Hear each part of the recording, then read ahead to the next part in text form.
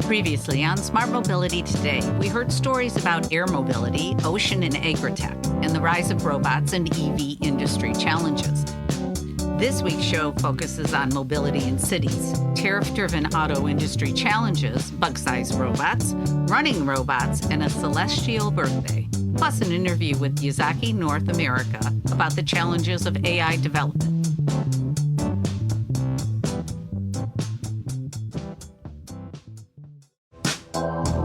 You've got something to say, and we can help you say it.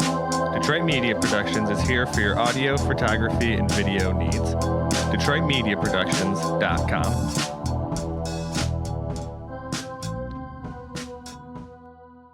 Hi, this is Cindy Polakowski. Volkswagen is joining forces with Uber to launch a robo-taxi service in the U.S. The service will feature self-driving electric microbuses. The autonomous electric VWID Buzz vehicle will be offering the service as it rolls out in multiple cities across the country over the next 10 years. The first planned for Los Angeles in late 2026. The fleet of AVs will employ human safety drivers initially before going completely driverless in 2027. That 2-year window gives the company the time required to work through California's regulatory requirements and obtain the permits needed to fully launch a commercial service.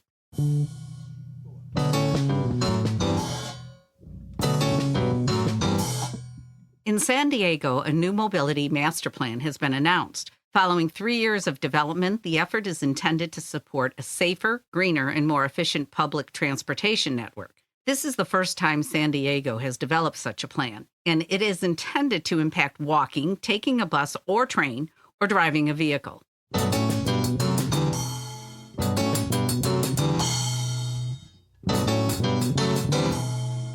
6 trade groups representing the business interests of automakers and auto aftermarket companies are petitioning both the Departments of Commerce and Treasury for more time as they look at how to prepare for President Trump's 25% tariff on imported auto parts. A 25% tariff on assembled vehicles imported into the U.S. went into effect on April 3rd. And, in addition, a 25% tariff on some auto parts is scheduled for May 3rd. The letter from the 6 groups states, in part, quote, existing automotive supply chains are global and complex.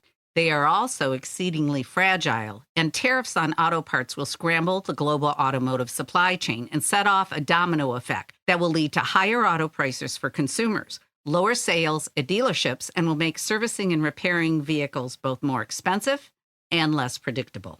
The letter sent from the Alliance for Automotive Innovation, American Automakers AAPC, American International Automobile Dealers Association, Auto Drive America, Motor and Equipment Manufacturers Association, and the National Automotive Dealers Association asserts that rerouting the existing supply chain is an effort that requires more time.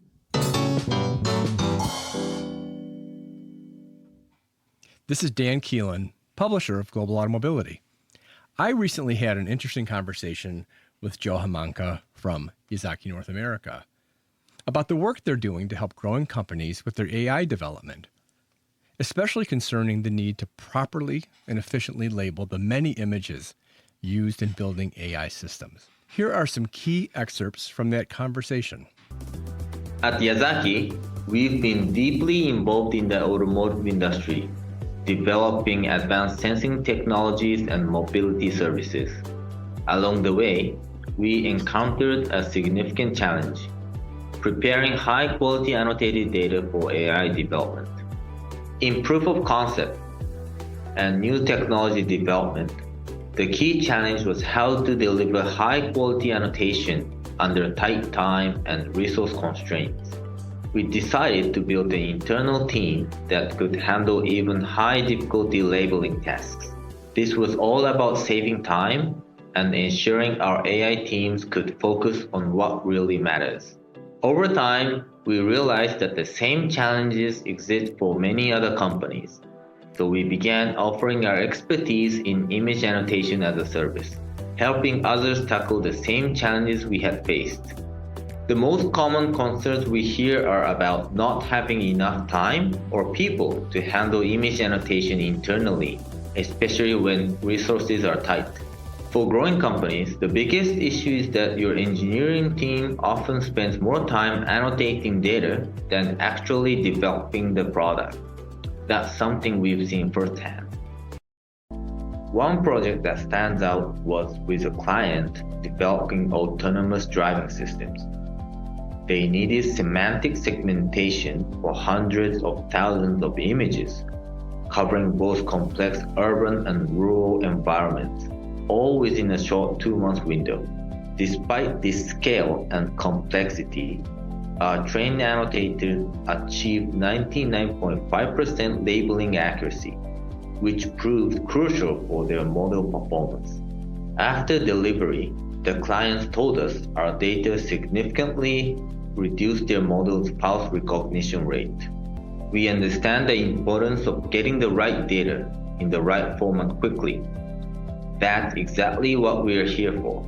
Our in-house team of trained professionals delivers consistent, high-quality annotation that save you time and effort. We see ourselves not just as a service provider, but as a partner working alongside you, helping you move faster and with greater confidence.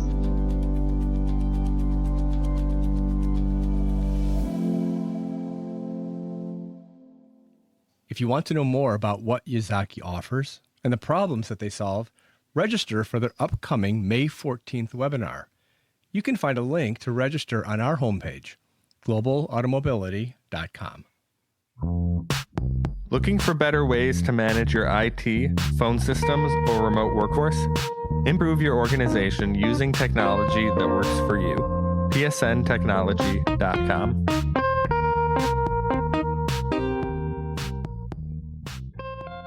In South Korea, researchers have developed a new way to produce hydrogen from sugarcane. The new process is a photoelectrochemical system using furfural, a chemical taken from sugarcane waste. According to a statement from the Ulsan National Institute of Science and Technology, quote, "This innovative method utilizes biomass derived from sugarcane waste and silicon photoelectrodes to generate H2 exclusively using sunlight, achieving a production rate 4 times higher than the commercialization benchmark set by the U.S. Department of Energy."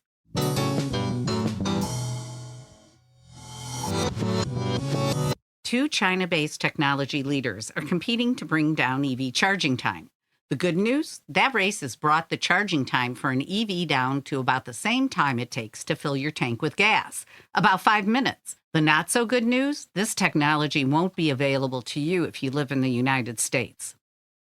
At MIT, a robot has been developed that is inspired by the anatomy of the bee. This tiny robot can fly, and it will be useful in agriculture, pollinating crops inside of multi-level agro warehouses. The bee-inspired robot is an improvement over the same research team's previous flying robot. That innovation was made up of 4 identical 2-winged units that sat in a rectangular device the size of a microcassette. The bee is a step up from the cassette because the previous iteration blew air from one wing to the next, reducing the lift and limiting the amount of time it could fly.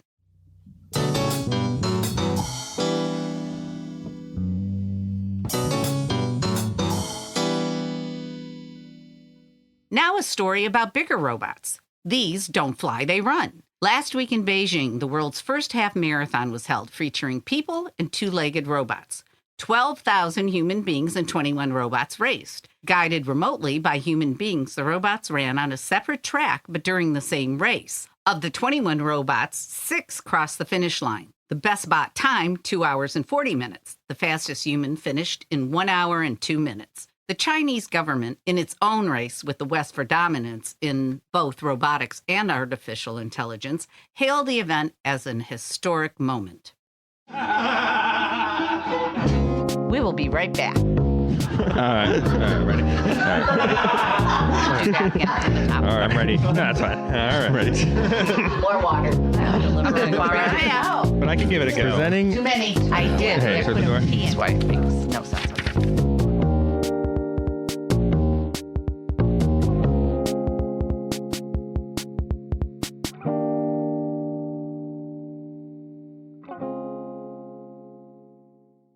Aspen Search Group finds the talented professionals your organization needs to keep growing. Visit aspensearch.us and talk with our expert recruiters.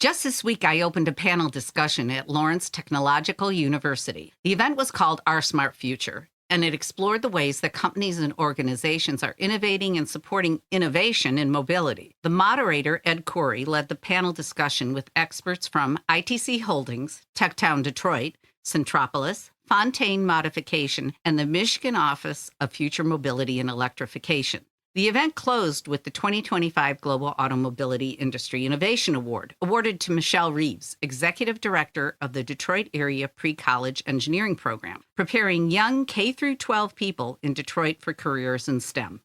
Thanks to our sponsors, Yasaki, TechTown Detroit, Ostimo, and Fontaine Modification for making this event possible. In the futurist, high-tech smart city of Xiangan, the world's first 10G broadband network is in operation. The speeds are very fast, with downloads moving at up to 9,834 megabits per second, enough bandwidth to download a 20-gigabyte file in under 20 seconds or easily stream video in 8K. The smart city was established in 2017 and is based on a 15-minute life circle where every resident should be able to access daily necessities, shopping, healthcare, and leisure, all within a 15-minute walk.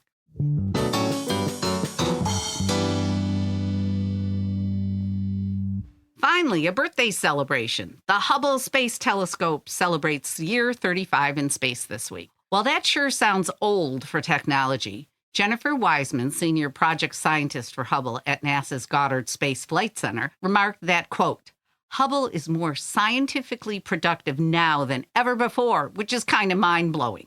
Hubble was launched in 1990 and is operated jointly by NASA and the European Space Agency. For decades now, the Hubble Space Telescope has functioned as an orbiting Earth observatory, making possible multiple important astronomical discoveries.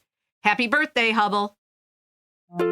Read these stories and more at globalautomobility.com and subscribe to Smart Mobility today on your favorite podcast platform. Sign up to receive our weekly newsletter and follow us on social media at Smart Mobility Today.